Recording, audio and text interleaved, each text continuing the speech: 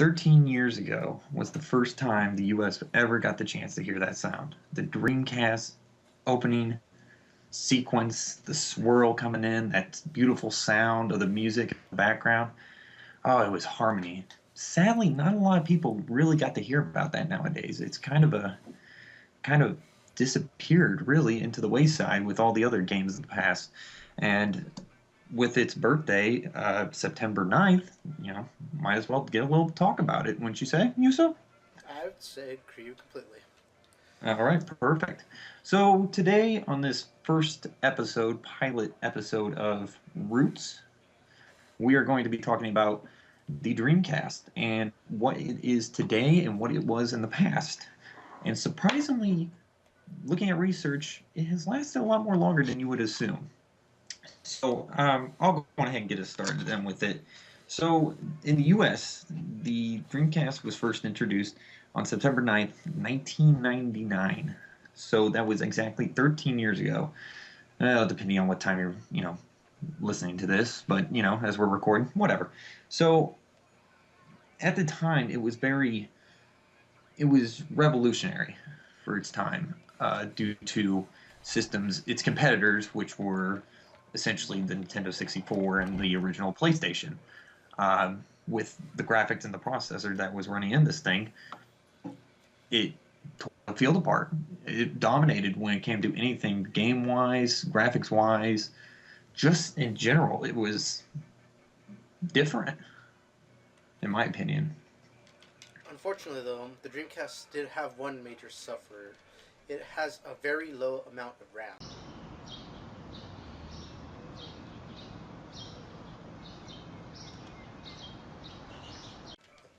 Ugh, If I well, correct me if I'm wrong, I think it's about 23 megabytes total. I think actually only had about I think it only had about 16. I could be wrong. Could be even It worse has a than you think. very low amount. That's Very low amount, but I for mean, something that this caliber. That is really well. yeah. It doesn't show too much though, because the graphic processing makes up for it. Oh yeah, the graphic processing. I mean, when you compared the Nintendo 64 and the PlayStation to this at the time of its release, I mean, there was no, I mean, it steamrolled right over them. I think it was, what was it, 128-bit graphics engine, I believe, with a processor, With 200 megahertz. Does that sound about right? Something like that's what that. it that's what it Yeah, appeared at when you add up everything. Yeah. yeah, and not, I mean, it's amazing how, when you look at it from a wider scale, how successful of a system it truly was. Um, well, I should say for what it had. I wouldn't exactly say it was successful, but just when you look at the games, I mean, the system itself had, I think it was over 680 games, 688, I believe. That would be official wise. I mean, surprisingly, there's a few games that are being made today, but we'll get to that later. Um, one of I believe the biggest selling would be obviously the Sonic Adventures game, um, the original. I think that was the top selling game, which kind of not surprised. That kind of came out around I believe it was near the start of this, but I'm not 100% sure. Yeah, around 1999 in October, I believe, is when it first released in the US.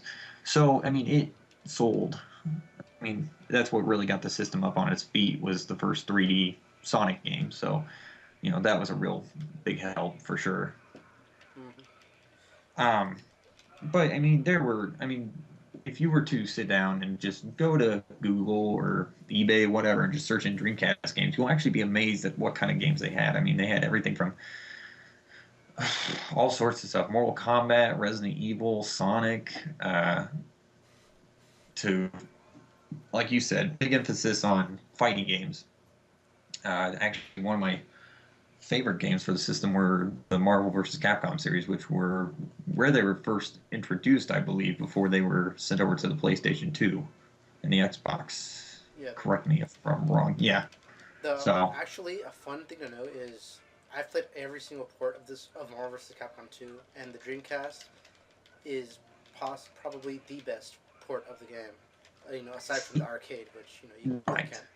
Mr. Arcade. See, and that's, I never had the chance to, like, I own the original Marvel vs. Capcom for Dreamcast, and That's I've never good. got, yeah, but I never got the chance to get the second one, which, of course, is way better, in my opinion. I'm actually playing the Um, second one right now as we're doing this. you suck. The uh, first Marvel vs. Capcom, though, that's actually a good thing you brought it up. It came out on the Dreamcast as well, the first one, Marvel vs. Capcom, but right, unfortunately, it was a terrible port of the game. It had its own kind of setup to it. Like, if you right, go to the right, arcade, you stick a quarter in there, you pick two characters, you can switch between them two and have fun, right? The PlayStation right, version was completely different. The PlayStation version, you picked a character, and you picked another character, and you selected your helper, but you cannot switch. You can't do crossover things. You can't switch your characters. You're one character right. throughout the whole fight. Now you fight till you die, basically. Fight till you're Yeah, knocked out. and it had rounds in it. It's nothing like Marvel vs. Capcom when you played at the arcade. But the Yeah. Dreamcast version was an arcade perfect port of the game. I was gonna say it was a complete port. I mean, there was nothing. I've played the arcade version, and I own the Dreamcast version, and I've actually, I think, if I remember correctly, I played the PlayStation one years ago when I was younger. Mm-hmm. But I mean, it is an identical port of what we see in the arcade, which still to this day is probably one of the best fighting games ever made, and pretty debatable. I'd say. I mean, Mm-hmm. kind of depends on your preference, of course. Yeah, of Um, course. but I mean, the system. I thought the system did pretty decent for what it did. It sold 10.6 million worldwide, which is a fairly good number, but it's quite a small system, and that kind of in the end kind of went for its downside and how it kind of quickly vanished off the face of the earth. I The biggest problem with the Dreamcast was not only I would say more it was because of its time. The system kind of came right in between the transition for the Nintendo 64 and the PlayStation as they were beginning to hop over into the GameCube and the PlayStation 2.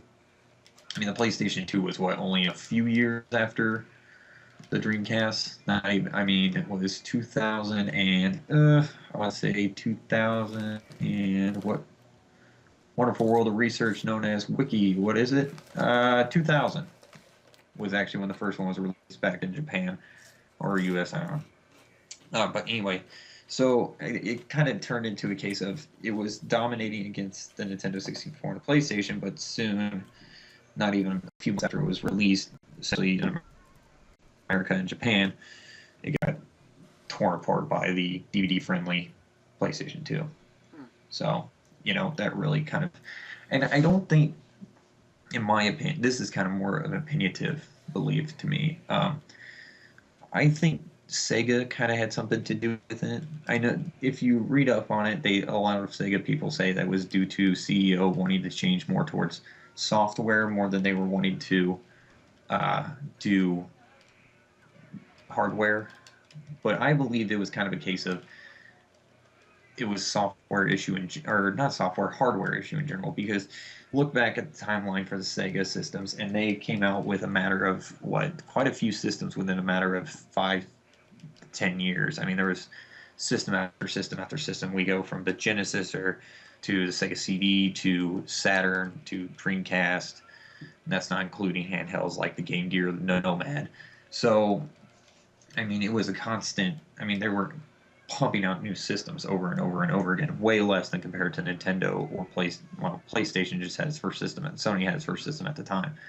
So I think the transition from systems kind of overdosed people. Like they kind of got sick of getting new system after new system. So that really did not help the guys out. In my, that's what I believe in. Well, Uh, Dreamcast, since we're before we stray away from hardware, they right, unlike a popular belief that people don't know, but the Dreamcast actually used their own model of CDs. They weren't actually right. CDs. They're called GD-ROMs. So they're called GDs. Uh huh. And GD, it stands for gigabyte disk. They actually have the capacity that runs over a little over a gigabyte. Wow. And people normally just believe that they were just normal CDs because of the whole you could pretty much backup. I'll say backup. Yeah. Games onto a normal CDR, but yeah, Dreamcast has their own type of media, and Right. the media to burn them, GD-ROM drives, they're sold by a single company that will not sell them to the general public, only to Dreamcast developers or whatnot. So you can't just look on. I think you can't look on eBay and just find one anymore. But No, you probably could if you looked in the right places or go into special websites. black market. That would. Honestly, I forgot about the GDT till we started talking about it last week and stuff. I forgot that they did the GD-ROMs. So, but I mean, all in all, I mean, they were able to convert a lot of good games over into the system. I mean, we had games like Soul Calibur, Sonic Adventures, Marvel vs. Capcom, Power Stone, which was an exclusive, and it was really good. And just all in all, we just had a lot of good games that really were ahead of their time, in my opinion. And even to this day, they still seem pretty good, but you know, that's what happens. Um, but I mean, there was, I mean, even more stuff than just games. I mean, it was the first system to really have, an internet service to it. I um, mean, well, no, it wasn't the first service. A few before that. well, I wouldn't say it was the very first, but I think it was the first to really utilize it Yeah, to a full extent, if you know what I mean. yeah. You could really play online with people. You could voice chat with them. You could type messages to them, and all that kind of stuff. I mean, there were. I mean, look at. I mean, probably the most popular one or two, Fantasy Star Online, which was massively popular on the Oh yeah. Dreamcast, and then Quake Arena, Quake 3, whatever you want to call it. That was another massive one, and that probably I don't know if that's still going anymore. I know it was kind of ported over to the PC nowadays, and now they got Quake Online and things like that. So I don't know. May still be there. Maybe not. I think what you can say about the online though, I think the Dreamcast would probably be the founder of DLC in a way, Yeah, it because would there be. was I mean, stuff like I just know off the top of my head of Sonic Adventure 2. You could download. There's a download stuff you could download like menu themes. I right. think and soundtracks or whatever. I don't remember. I don't know. Like one I really remember was I think Skies of Arcadia Uh, had missions, I believe, or something like that. I have never played Skies of Arcadia, and I kind of kick myself in the groin for saying that because I want to play that game so badly. I just have never gotten the chance to. So, and honestly, one of my favorite games of all time was actually on the Dreamcast. So I can't really complain either. And that would be was Gundam Side Story 0079 Rise from the Ashes, and that it still blows me away to this game to this day. And though it wasn't really a good, I mean, if you go back to play it nostalgically, it's very repetitive and kind of quick and I guess you could say boring, but it was still for its time it was really good. I mean, it would be something you would have seen even to this day you would see in arcades and stuff like big machines and stuff, not just like a simple little Dreamcast controller. So, I mean, and you got the Sonic Adventure games, so you can't really go wrong there. So, even though a lot of people hate those games, which I've never really understood. I know most they never. the people that hate I them know, mostly are Sonic fans. yeah, the So people who make generic the Hedgehog and stuff like that make their own kind of characters. I'm. I don't even want to get into it. Touchy topic. I don't know why. I just don't like it. But I mean, there were a lot of good games. You can't really complain. So I mean, like I said, there were 600 games. Not too bad right there. And speaking of games and stuff, I guess we can kind of go back to the whole it kind of dying off really quickly. It discontinued in the US in 2002, and actually in Japan, they were selling new games, like official games, all the way up to 2007. So it actually had quite a bit of a life over in Japan. So can't beat that. And I believe the last game in the U.S. I think that was official was NHL 2K2. I think that was the last true release on the Dreamcast before they, You you know, know, I actually have that game, like that there you go. disc. It's funny. Well, I believe that was the last game. I think the U.S. did, and then, like I said, they got another 5 more years out of it over in Japan. So I think it got a pretty good life. But like I said, it had rough competition, or within the 2 years or a year, and then I mean, just because of constant hardware swapping. I mean, it's almost as bad as Apple stuff nowadays. Just it's every year or so they had what seemed like a brand new system out. This Yeah. beat the last one, and so yeah. I mean, but I mean, if you're somebody who's never had the chance to play a Dreamcast, I would highly recommend you do it. Just go out and buy one because actually they're fairly cheap for nostalgic hardware. But I'm just gonna hop on eBay real quick and we'll just see how. I believe you can buy a brand new system for, well, not a brand new system. I believe you can buy a system for like under $100 Hmm. if you look in the right places. Well, we could I mean, say we could talk about accessories because you and me actually both did buy some accessories recently. So yeah, yeah. the VMU, we should talk about the VMU, how that's kind of Oh, revolutionary. God.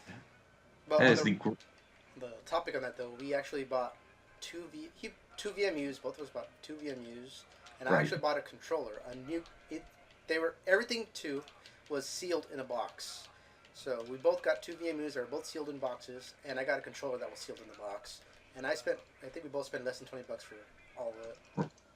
I got mine straight from eBay. I think you said you got yours on Amazon. Yeah, I got one on Amazon. I Yeah, spent. so of course, you kind of did way better than I did in the end. I think I spent $20, including shipping, of course, for my two UMDs. And it was actually on accident. I purchased one, and like a day later, I get a message from the guy. He's like, "Hey, you actually purchased two." And I was like, "Well, okay, so yeah, all right, whatever." So now I got two of them, so I can't really complain either. And you know what? I kind of hate how games have pushed away from, I mean, other than handhelds, have pushed away from memory cards Mm, in general, especially because, I mean, with hard drives and stuff, they're great because of how much space they can hold, but the problem is the possibility of failure and corruption and things like that, and it's really hard to transport a hard drive from one system to another system. Memory card, just pop it in, pop it out, pop it in, pop it out. That's it. You know, that's it. mm. You're done. So, and the VMU had so much more to it. I mean, you could personally play with the VMU even when you're not on your Dreamcast. You had the little screen, it had the little button system. I used mine for my little Chaos, Ciao. or Chow, whatever, for my little Chow Walker or whatever you want, kind of like an old Tamagotchi. Really is what it reminds me of. And you know what? Younger kids probably still won't know what that is either. Tell me what? What's a Tamagotchi? Well, ask your parents, kids. So, Or you but Google it. or Google it, whatever. I don't know, kids. It's probably on YouTube. Go look it up. Oh my god, that Um. sounds like a good Let's Play idea. Let's play Tamagotchi. Actually, Oh. Oh there's a my. Game Boy game on it, so never mind. Oh, screw that. That's stupid. That's not the same. So, but yeah, I mean, you can, like I said, internet service was, and actually, there's two things, and I'll talk about real quick about one thing with the internet service is you could actually get, I think you could get a modem and swap them out on your Dreamcast, if I remember right. Wait, what? Yeah, it had a removable modem in it. It did? Oh, I don't know that. I just see it right there. Yeah. It's like, wow. Let me see. I'm just going to quote this from the wiki site, and it could be wrong. I don't know. The regular modem could be replaced with a Dreamcast broadband adapter that were sold separately. This transferred the dial-up connection to a high-speed broadband. Oh, snap, So, really? yeah, Wow. yeah. Yeah, because when you think about it, high speed internet wasn't too much of a, you know, it wasn't out No, there yet during that time. no. I mean, it was mostly straightforward dial-up. So, I mean, yeah. Now I got to probably go buy myself one of these things now. There's got to be one out there somewhere I can buy for really cheap. So yeah, I mean, You could also buy a mouse and a keyboard, I believe, for your Yeah. system. Yeah, so you could turn it into a small computer, and I, it still works to this day. I mean, if you still really feel like using it, which, you could sit there and load for 20 minutes, or like me, I just push a button and just hop on my Facebook or something on my laptop. So whatever works. Um, but also I wanted to talk about something else you could really get. And that's a VGA adapter.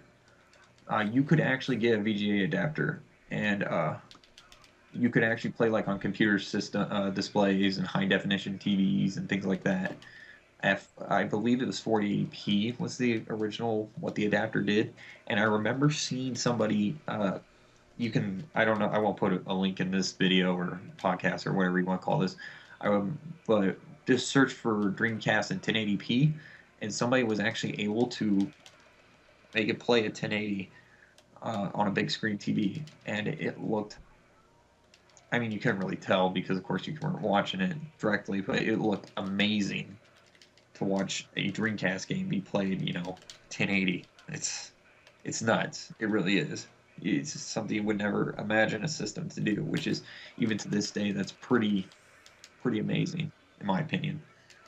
So, I mean, yeah, it's it's a bizarre little system. I love it. I love my Dreamcast, and I'm probably gonna take it with me wherever I go. That's for sure.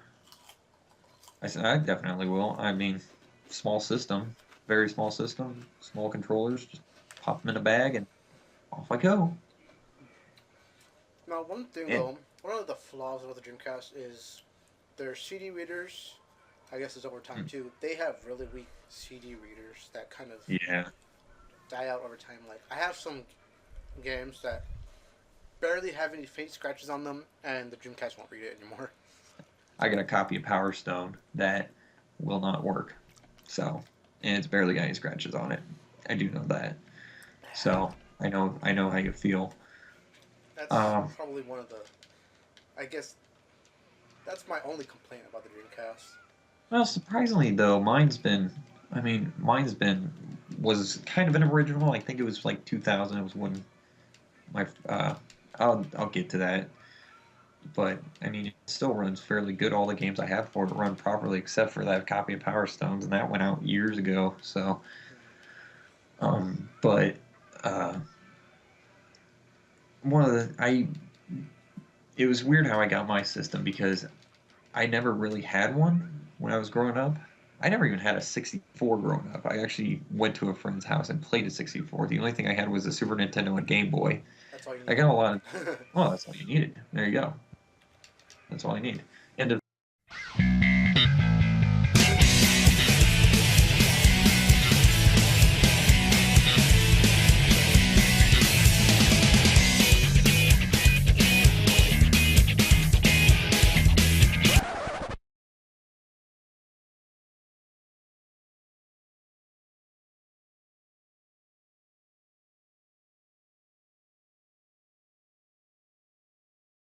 but my cousin actually got one for I believe his birthday or something right when they came out, Oh wow. and he got Sonic Adventures with it, and so we would just sit there and play that through the summer for a few years, and then about 3 4 years ago, I was talking to my cousin. And I said I brought up the Dreamcast, and I was like, "Hey, do you still got that anywhere?" He's like, "Oh, I probably got it somewhere." And I said, "Well, do you want any more?" He's like, let me see if I can find it. Next day, I saw him. He showed up, had a box, big box. It had all of his games, had his keyboard, two controllers, the system, a memory card. And he's just like, "Here, you can have it." Oh, So dude, you got yeah, an he awesome just gave family. it to me. Yeah, no, well, I mean, it was to him, I mean, it's old junk. To me, it's a old relic. So, I can't really complain. But I mean, yeah, that's how I got mine. It was kind of a spot of luck, really. So, I mean, I don't know. Have you had yours since you got yours, or did you go out and purchase when you were a kid, or? um, I've only played it when I was a kid. Didn't really have my own either. Right, right. Yeah, it wasn't until recently that I came across one. I don't want to say how much I got it for. 'Cause I'll make you jealous again. but I got it for a really good price. And Like me, free. I uh, don't know. Can you eat free? I can't because I got other stuff with it. Oh, okay. You suck. Yeah, I'm sorry. But yeah, I mean, to this day, I still play mine, and I don't see myself stopping anytime soon. I It's gonna I be one of love the. my Dreamcast. I love Yeah, I fighting love games so much. it. It's my number two favorite system of all time. I will say that. So definitely my number two favorite. It's number one. So my number one would be Super Nintendo, Oh, and then my number three is the N64. So, you see, this is why you and me are friends. huh? This is why you and me are friends. Exactly. I think all my other friends were like, "Why is the Xbox not your favorite?" Because I'm not a tool. You have taste. You're a class I gentleman. have it's quite the taste. I am a certificate, a gentleman, and a scholar. Thank you. Mhm. So, yeah, I think we got a good enough little bit out of the Dreamcast. Mhm.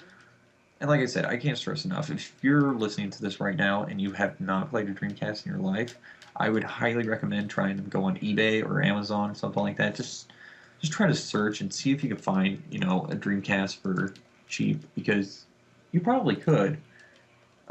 I mean, I'm on Amazon right now, and there's offers for systems that are $25. So you can't beat that at all, honestly. So I just stress if you can find one, go get it. They're a cheap system, tons of fun, a lot of good games. Bada bing, bada boom. That's Can't the believe I bottom just line. said that. That's I great. cannot believe I just said that. Right. So, but I think that wraps up this first little pilot for this. So I think we did pretty good. Pretty good. I think we did good. I need to go to bed. I know. I, I was I was trying to hold back on the whiskey, so I don't know if the kids need to know about that, but You did good. ladies and gentlemen, whiskey. So yeah, I think this was a great little nostalgic trip, I'll say, and I'll definitely probably go back and play my Dreamcast a little bit tomorrow. I know you've been playing it in the background this entire time, so Yep. can't beat that. What were you playing? Marvel vs. Capcom Capcom 2. 2? Yep. Oh yeah, you said that at the beginning, didn't you? I need to go to bed. Yeah, you do. Oh All my right. god. What are you talking about? It's like 10:30 where you live. I know. Well, I'm gonna keep on playing. Yeah, yeah, shut up. It's 1 a.m. here. Or 12:30, whatever. You don't even know what time it is Whatever. anymore. It's 4 Eh? a.m. No, it's 12:30. I think your time's off. I think you do need to go to I don't care. Whatever. bed. I'll probably stay up anyway. And All right. So play people, my. if you enjoyed this, don't forget to hit that subscribe button up there and tune into whatever we have because we have more stuff planned. I showed off our plans and we have quite a production to come up. So subscribe and Indeed. spread the word. Spread it like Yeah, Austin's we're. AIDS. Ooh, ooh. I hope he does. I hope he doesn't hear this. No, he would. Actually, he probably is going to. He's probably going to. Like tomorrow or something. I don't know. Buy a Dreamcast. Subliminal So, messaging. yeah, subliminal messaging. Buy a See, Dreamcast. Buy a that's Dreamcast. what Buy a Dreamcast. Buy buy a a Dreamcast. Dreamcast, buy a Dreamcast, buy a Dreamcast. That's what the background picture should be. It's just like a constant rotating circle and like a Dreamcast going in and out. Kind of woo. Get people to buy them Dreamcasts. I would. You know what? Now that I think about it, real quick, Mhm. there are some companies out there, and just go to like the Dreamcast wiki site if you really want to learn more about it. I know Wikipedia, Dreamcast breathe fire, uh, but there are a few sites that still make games to this day. So I would suggest maybe go look up a little bit more information yourself if you want to learn more about it. Uh, there are some fairly later games out there. Do you know, does the North American version play Japanese copies? Like Um, Japanese games? not not official games. No. Okay. All right. All right. So, But we yeah, won't I get mean, into that technicality right now. If you want to know how to do it, Google it. That's all I'll Google say. it. If you want to listen to a, 13-year-old kid try to teach you on a camera pointing at a Dreamcast on a TV or a laptop, go to YouTube. So, all right. I think that's good enough for this evening. Would you agree? guys, so I think we did good. Yeah, yeah. So, well, this has been a first episode of Roots. I don't know. What did you guys call this? Roots? Roots. French fries? I don't. Potato chips? I don't know what you guys call this crap anymore. The potato jokes are ridiculous. I'm an owner. We're like the founders of this, and I don't even know what this is called anymore. I've lost. Well, whiskey, come to me. I need your help remembering. We're almost done. Just hold on. Okay. Okay, I'm holding on to it. All right, so have an awesome day, night, morning, whatever. Go get yourself a Dreamcast. Like and I hate doing this, like telling people to do this stuff. But if you do enjoy this, please, we can't stress enough. Like and subscribe to stuff to us. We've got more in the future. Hopefully, get better quality. But yeah, like and subscribe. Just let us know that you do enjoy this kind of stuff, and we'll keep pumping out content for you guys. So, I'm Skeletor. I'm Yuso. And have a wonderful day. Hello everybody, this is DannyDaw, your resident video editor, and you've just listened to the first episode of Roots featuring Skeletor and Yuso talking about the Dreamcast. Roots will be I'm not really sure exactly how often it will be updated, but the premise of the series is that two of the Spud-Studs, just two, will get together and do a shorter version of a podcast totally devoted to one specific topic. Hopefully you guys look forward to episodes of Roots in the future, as well as episodes and debuts of series yet to come or that we already have going. So thank you guys so much, and be sure to stick around, because I'd be sad if